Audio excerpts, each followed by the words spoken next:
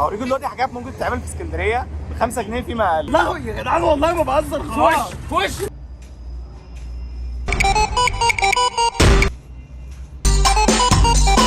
خلاص يا وحش بقى. اول مكان معانا المسرح الروماني، وده يعني عباره عن شويه طوب كده. وعلى فكره المبنى ده البعثه البولنديه لقته وهي بتدور بالصدفه كده على المقبره بتاعه الاسكندر الاكبر. كمان التذكره ببلاش للطلاب المصريين كلهم. كان نفسي يبقى معايا حد هنا عشان اعاركه بس مفيش حد للاسف. انهم سلاحف نينجا، انهم سلاحف نينجا، انهم ولا مكتبه اسكندريه برضو مكان حلو جدا لو حد عايز يدخل مثلا يقعد يذاكر او حاجه. الدخول ب 5 جنيه بس تبقى من هنا موجود من الساعه 8 او 9 كده مثلا. وجوه المكتبه بقى في عندنا 4 متاحف، في منهم حاجات ببلاش وفي منهم التذكره ب 5 جنيه زي متحف السادات كده.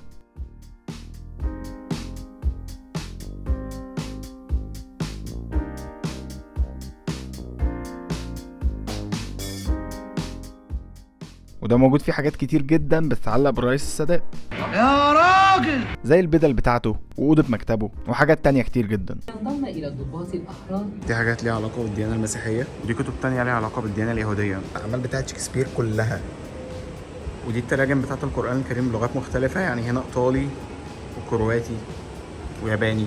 هو انا كنت مفكر المكتبه اللي هي صغيره بقى اللي هي تتلف في نص ساعه وكده، بس الموضوع طلع كبير قوي. يعني المتاحف اللي هنا حتى كتير قوي. وممكن كمان على فكره تروح جليم باي، وبالمناسبه ممكن تدخل وتقعد من غير ما تطلب اي حاجه خالص لما معكش فلوس. السلام عليكم. بس يعني ما تتعودش على كده، عادي على فكره محدش هيقول لك اي حاجه خالص. رايح حاليا متحف اسكندريه القومي، هو في اخر شارع فؤاد في محطه الرمل. في ناس اصلا من اسكندريه ما تعرفش هو فين. هتوصلوا اخر شارع فؤاد خالص، المتحف اهو في اخر الشارع خالص. التذكره بتاعته برضه ب 5 جنيه وجواه 1800 قطعه اثار من عصور مختلفه.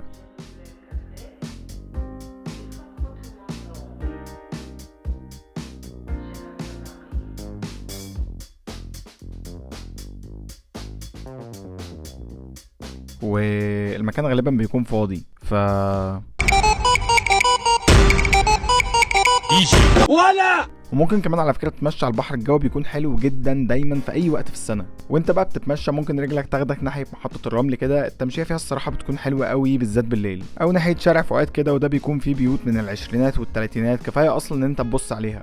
او ناحيه القلعه بس تبقى لابسها اسف والله خلاص. او ممكن حتى تعدي على كارفور، واحنا مش هنعمل شوبينج ب 5 جنيه بس ممكن نلف هناك. او لو معاك قرشين كده اديها لعبتين في السخان، ده بعيدا عن ال 5 جنيه طبعا.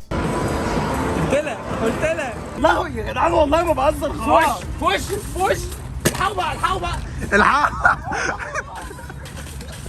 ولا ومن اروع الحاجات بقى اللي انا بحب اعملها في الصيف بالذات هي ان انا انام كده على البحر بالليل في الهواء، او ممكن تركب مشروع تاخد بيه نص البحر كده ولا حاجه. وطبعا ذكريات رحله اسكندريه بتاعه الابتدائي اكيد عديت على متحف الاحياء المائيه ده اكيد، او ليك ذكرى معاه. والتذكره ب 7 جنيه بالمناسبه. جنبه بقى البتاع ده، والصراحه يا ريتني ما دخلته، انا مش عارف هم عاملينه ليه اصلا. وبس كده، لو الفيديو بقى عجبكم ما تنسوش تعملوا لايك للبيج، وهتلاقوا الانستجرام بتاعي موجود تحت لو حابين تتابعوني هناك. واشوفكم تاني قريب. يلا سلام.